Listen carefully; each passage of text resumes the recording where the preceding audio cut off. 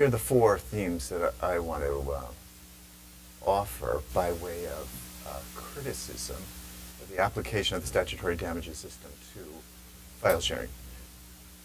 First theme is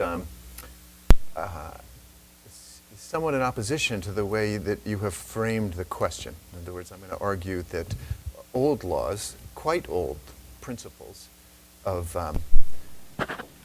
what in the British regime we call fundamental law, call into serious question this entire system. Okay, that's the first. So it's an argument from history. The second argument is that the second and third arguments examine the ways in which the statutory damages regime is traditionally justified. So if you read the legislative history and the case law on statutory damages, two justifications for having such a system are commonly put forward. The first one is that statutory damages are an approximation for, a substitute for, actual damages. The notion is that in copyright cases, it's often quite difficult to estimate and prove how much someone was actually injured, and the statutory damage system functions a little bit like liquidated damages. It's an approximation of the injury the plaintiff actually sustained. The other argument that's commonly deployed in justification of statutory damages is very different. This one sees statutory damages as the substitute in the copyright regime for punitive damages. Its function is to punish. It's to penalize bad actors. I'm going to argue that neither of those justifications makes sense in this particular setting. It neither makes sense to use the numbers in the statutory damage regime to approximate the actual injury the recording industry is suffering, nor does it make sense to use the statutory damages system to punish willful bad actors. Right, that's arguments 2 and 3. And argument number 4 is the recording industry has tacitly abandoned the traditional justifications for statutory damages. Instead, what they have done quietly is substitute for this idea of actual injury or retribution a new theory, and that theory is deterrence. Now, in this regard, they have the support of some economists. So there is a major theme in commentary on punitive damages that seeks to reframe the calculation of punitive damages in terms of optimal deterrence. And you find those arguments echoed in the briefs of the recording industry. So the last of my positions here is going to be the ways in which the recording industry seeks to deploy statutory damages for optimal deterrence is bad on many fronts. Right, those are the 4. In the early 17th century, in England, Dr. Bonham got a degree from Cambridge University in medicine and set up a medical practice in London. He got in trouble. He got in trouble with the Royal College of Physicians, which were authorized by a parliamentary statute to regulate and license doctors practicing medicine in the City of London. The statute specified the fines that the Royal College of Physicians could impose upon a non-conforming, unauthorized doctor. But it empowered the Royal College of Physicians with the responsibility for identifying violators, determining whether they had violated, and imposing the fines. And the Royal College of Physicians kept a portion of the fines themselves. So there was some procedural wrangling, and the Royal College of Physicians prevailed, and Dr. Bonham went to jail. And he brought a functional equivalent of writ of habeas corpus in the Court of Common Pleas, and Chief Justice Cook heard the case and declared, famously, in 1610, in what we call Dr. Bonham's case, that the statute that created this regime was invalid. Now, this is England, 1610. There is no written constitution. On what basis did Coke declare the statute invalid? He says, this is a famous line, in many cases, the common law will control acts of Parliament and will sometimes adjudge them to be utterly void. For when an act of Parliament is against common right and reason, or repugnant, or impossible to be performed, the common law will control it and adjudge such act to be void.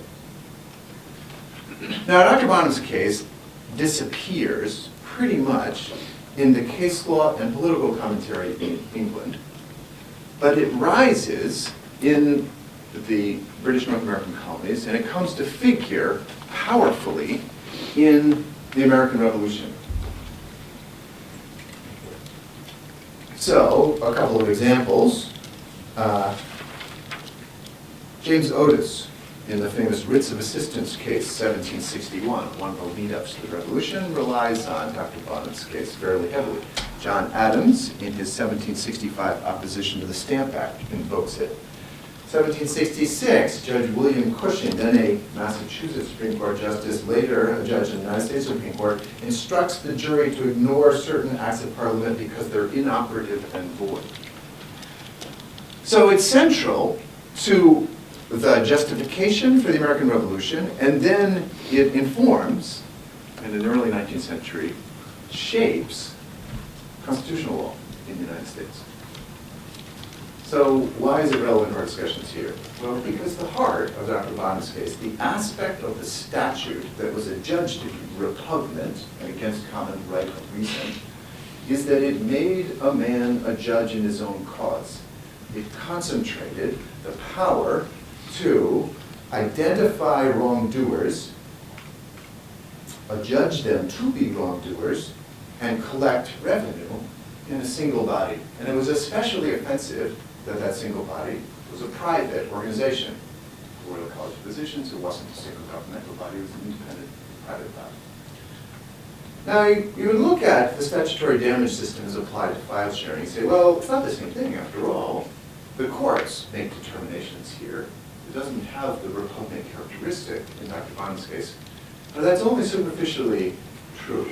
The effect of exposing file sharers to the risk of up to $150,000 in statutory damages per work is, change metaphor slightly here to pick up on a theme that Justice Marshall used at one point, a sword of Damocles hanging over defendants. And the practical effect is they are justifiably afraid to invoke the benefit of the courts to try their cases.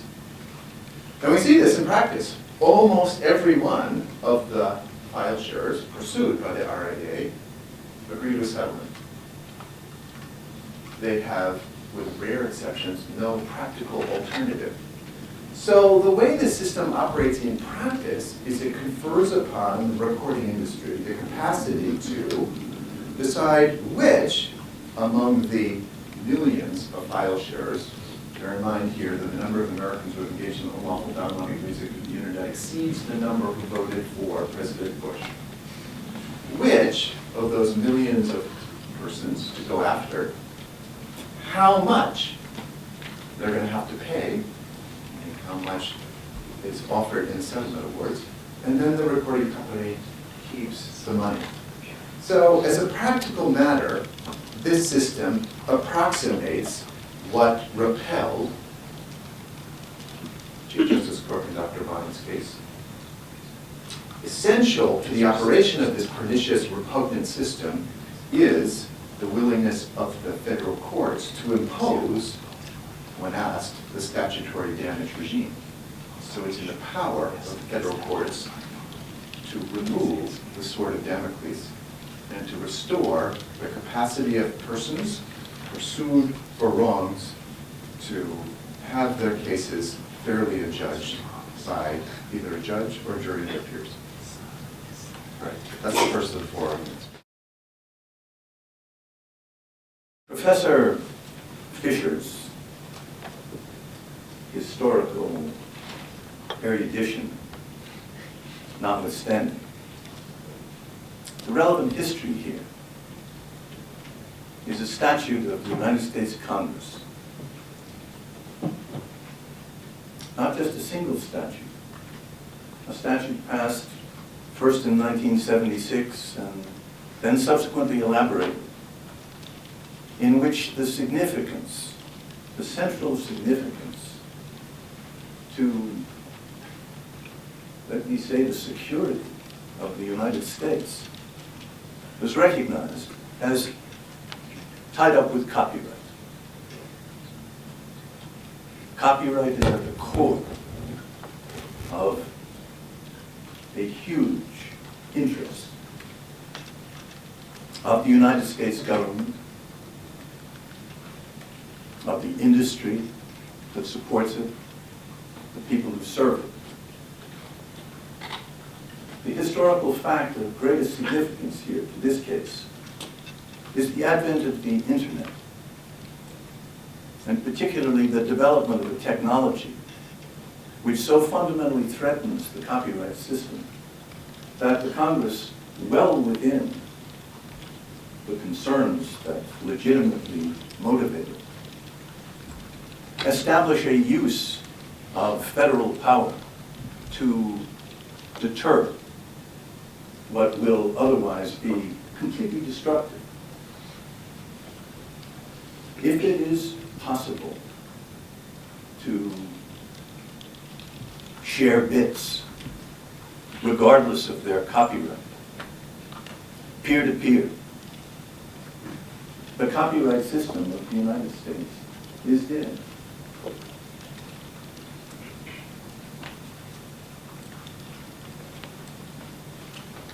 So when you consider the reasonableness of an approach by the Congress which allows one who is responsible for that kind of peer-to-peer sharing to be assessed damage by a jury,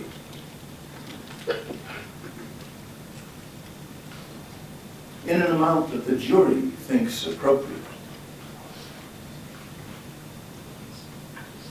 with, yes, a minimum mandate of the statute of $750 per infringement. But after that, completely up to the jury. Nothing unreasonable. A range that fully encompasses both the commercial and the non-commercial user within the wisdom of a judgment of people like yourselves, the jury. So I suggested at the outset that the structure, situation created by the statutory damage regime violates some of our most fundamental commitments. And my opponent has responded by suggesting,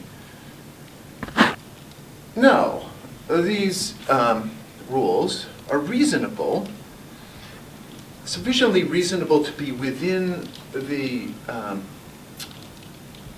zone of discretion we recognize in the legislature to define and advance public policies. Now, when pressed to identify the specific public policy that this system advances, he emphasizes deterrence necessary to, so specifically, the seemingly very large damage awards that could be visited upon individual fire shares are necessary to stop this corrosion of the American copyright system.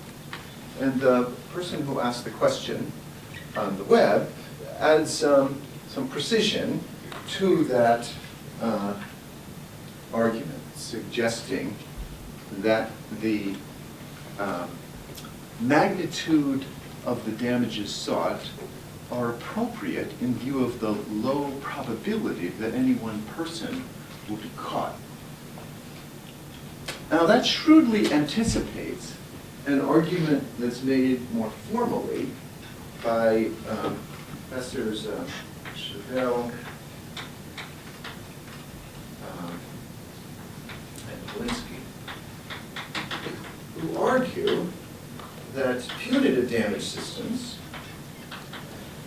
and implicitly statutory damage systems not only only can rationally be structured so as to achieve deterrence, but should be. It's their only proper function.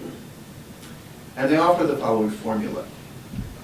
So here's how an economically sensible interpretation of a punitive damages or statutory damage system would go. You take the actual injury, you divide by the probability of detection,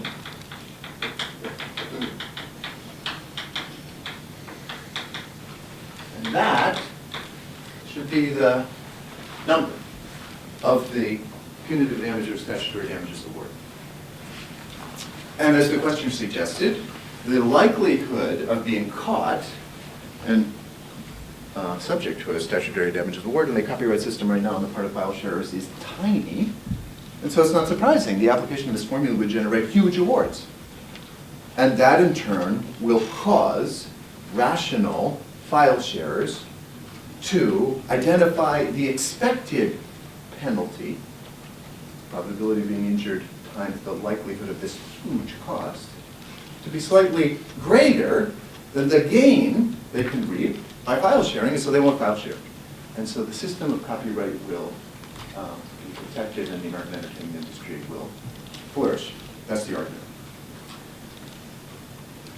Notice, incidentally, that we've moved directly to this theory and jumped over 2 and 3 here. This is not the theory in which the statutory damage system was based. This is a new idea. The theory of statutory damages is this and this together. It's on this basis that they were originally justified. This is what Congress had in mind when Congress put it together. There seems to be a concession implicit in our discussion thus far that you can't justify these awards on these 2 bases. Happy to come back to that later. But we seem to have just bypassed them altogether and moved directly to deterrence. Okay, so what's wrong with the deterrence argument?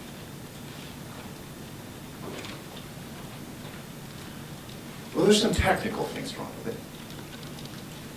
First, it ignores one of the lessons of modern behavioral law and economics, which is that people don't make what we describe as rational estimates of the probability of being subjected to harms. They're subject to various heuristics which distort their estimates.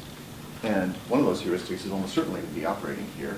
It's the same cognitive bias that causes the residents of Stanford University to radically underestimate the likelihood that the San Andreas Fault will open up, causes file sharers to radically underestimate the likelihood they're going to get caught. Why? Because it would be a disaster visited upon them, which they can't as a practical matter avoid, if they underestimate the harm. Okay, that's one example of a technical problem. A reason why the application of this formula won't do the job it's supposed to do.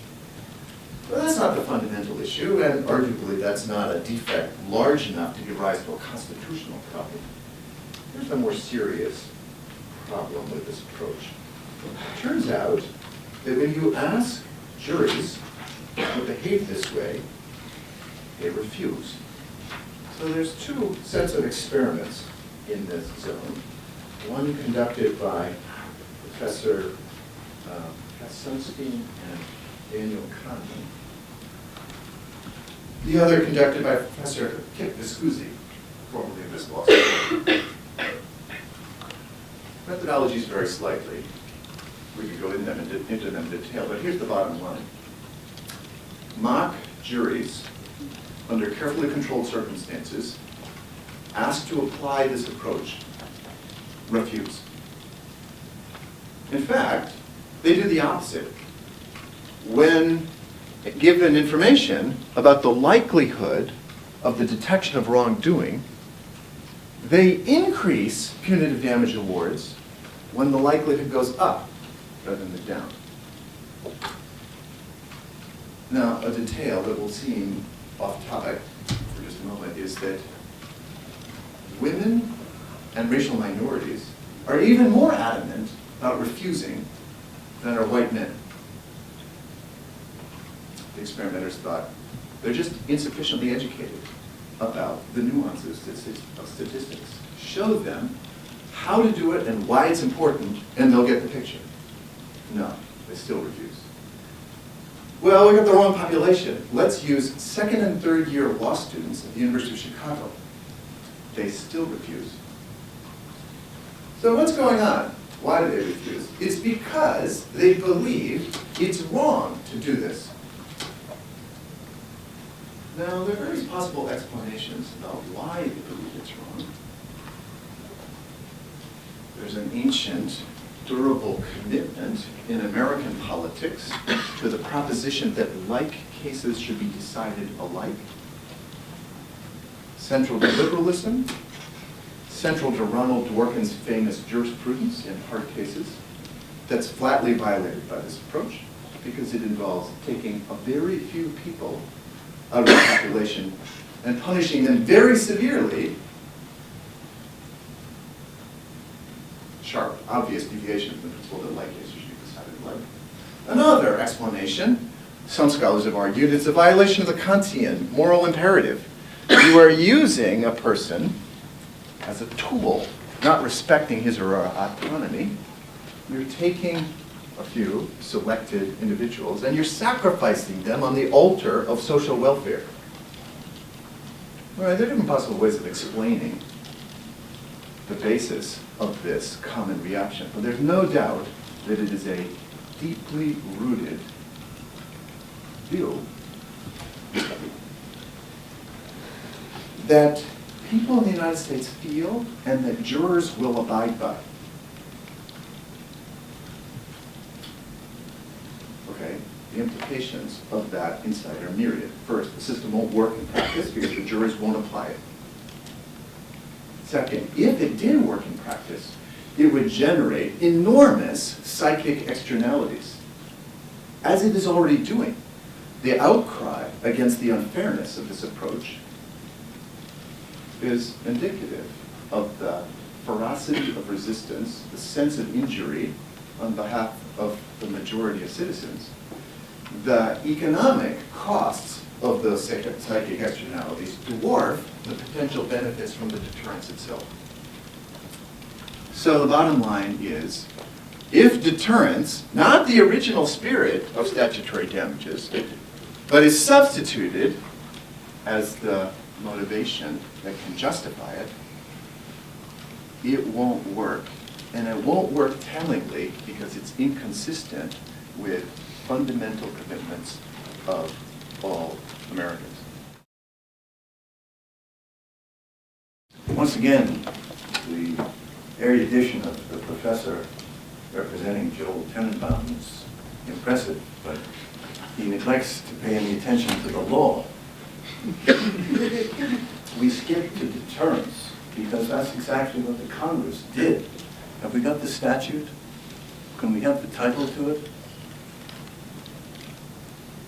The Digital Theft Deterrence Act. The reason this statute was passed was for exactly the reason that the good professor describes. And the rationality of this statute is exactly in the logic that the professor describes, if you couple it with the fact that this is a jury matter. This is trust in the jury. But what this statute was meant to do was exactly what it did. It has changed by reason of the litigation under this statute. The sensibility, not just of the user, whom the professor imagines misperceiving the probabilities, but the user's parents, and the user's teachers, and the user's institutions, all of whom are looking at this very same set of probabilities. And we have gone from a state 10 years ago in which there was no sensibility to speak of at all about rampant copying peer-to-peer, to the place we now occupy in terms of public sensibility. Parents now know that their kids shouldn't be copying copyrighted songs. And parents are now on the ball to an extent that was unthought of 10 years ago. And likewise, teachers and universities and shortly internet service providers. So this picture that the professor paints of the private sheriff putting the money in his pocket, as if somehow this is an unprecedented thing. Have you studied Key Town? The whole structure of federal civil litigation, which invites in plaintiffs in order to sue on behalf of the government, who do it for the profit that they make. They make a bounty.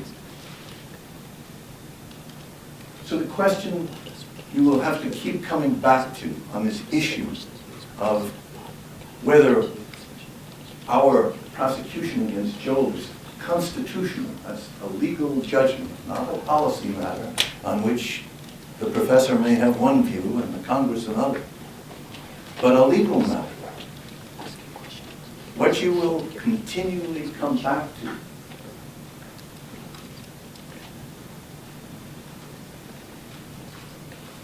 is that this statute is a reasonable, even a necessary response. The question that the professor has to answer is the question that was high up there on the board. If the RIAA can't pursue these kinds of cases to maintain their rights, what should they do about piracy?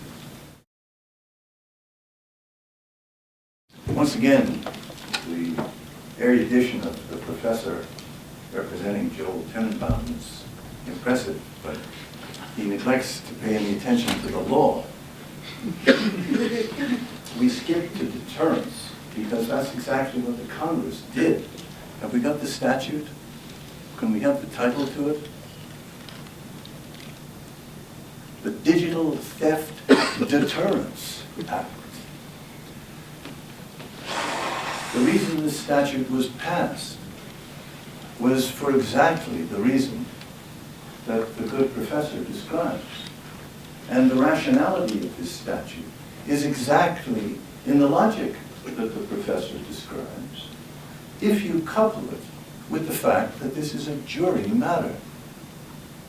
This is trust in the jury.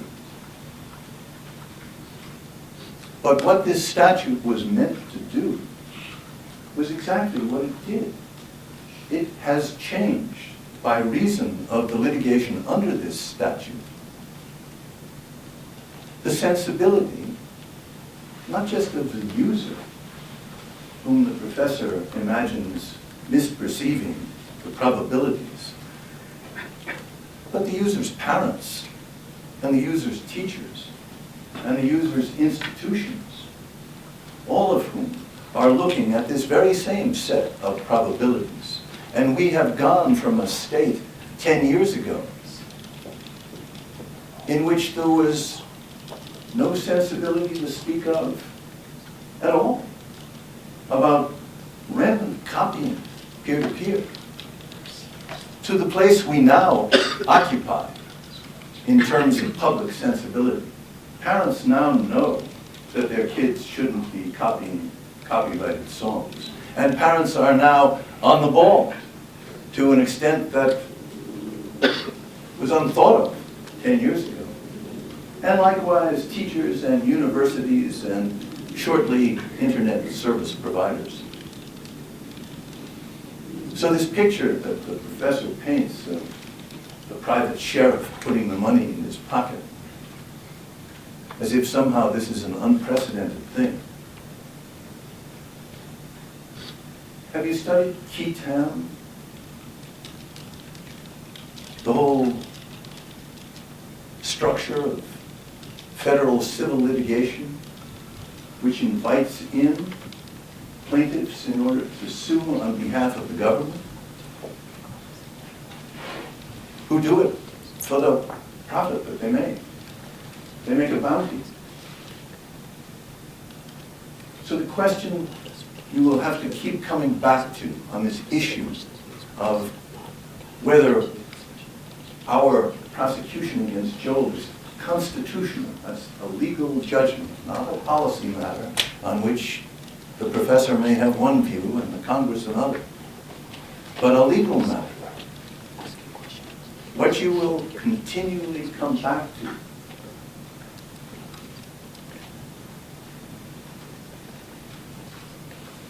is that this statute